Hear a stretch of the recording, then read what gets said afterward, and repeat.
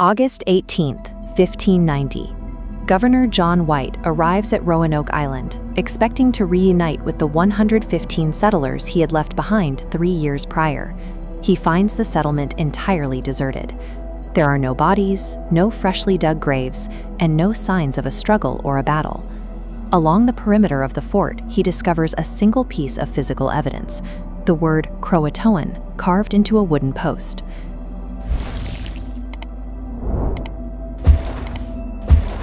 The disappearance at Roanoke is a historical cold case. Solving it requires a close look at the specific physical details left behind by a group of people in crisis. This 1587 expedition was a civilian colony of men, women, and children. As seen in this depiction of a CROATOAN village, the English aimed to establish a permanent, self-sustaining home rather than a temporary military outpost. The personal stakes for Governor White were high.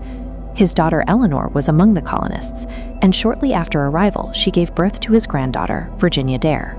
A logistical error compromised the colony from the start. As shown in this 16th century map of the Outer Banks, a hostile ship pilot forced the families to disembark at Roanoke instead of their planned destination, stranding them just as winter approached. Facing isolation, the colonists established a protocol. If they were forced to relocate, they would carve their destination into a tree, adding a Maltese cross if they were fleeing under duress.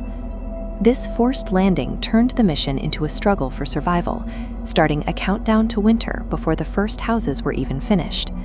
With supplies dwindling, White made the difficult decision to leave his family behind and sail back to England to secure emergency provisions.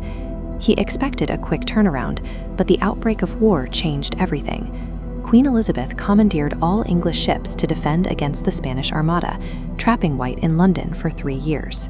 White spent those 3 years in port, knowing his colony's supplies were likely exhausted while he remained powerless to reach them. The tragedy of Roanoke resulted from geopolitical timing. War in Europe severed the colony's only lifeline at the exact moment they needed it most.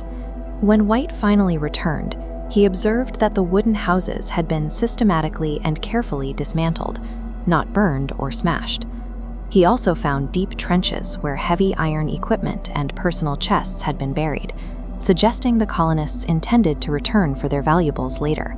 The most telling piece of evidence was the absence of the Maltese cross. The colonists had the time to carve the name of their destination, but they chose not to leave the agreed-upon signal for distress. The buried goods, the missing cross, and the dismantled homes indicate a deliberate and methodical evacuation rather than a panicked flight. The lack of mass graves or human remains makes theories of plague or mass starvation unlikely. Similarly, there are no signs of a massacre. The ruins show no burnt timber or battle debris that would accompany a violent attack.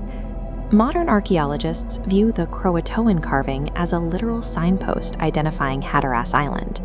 Further inland at Site X, recent excavations uncovered 16th century English crucibles and pottery mixed with native artifacts.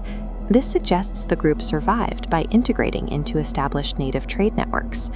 To endure years without resupply, the settlers abandoned their English identity and merged into friendly indigenous tribes, trading their skills for a chance to live.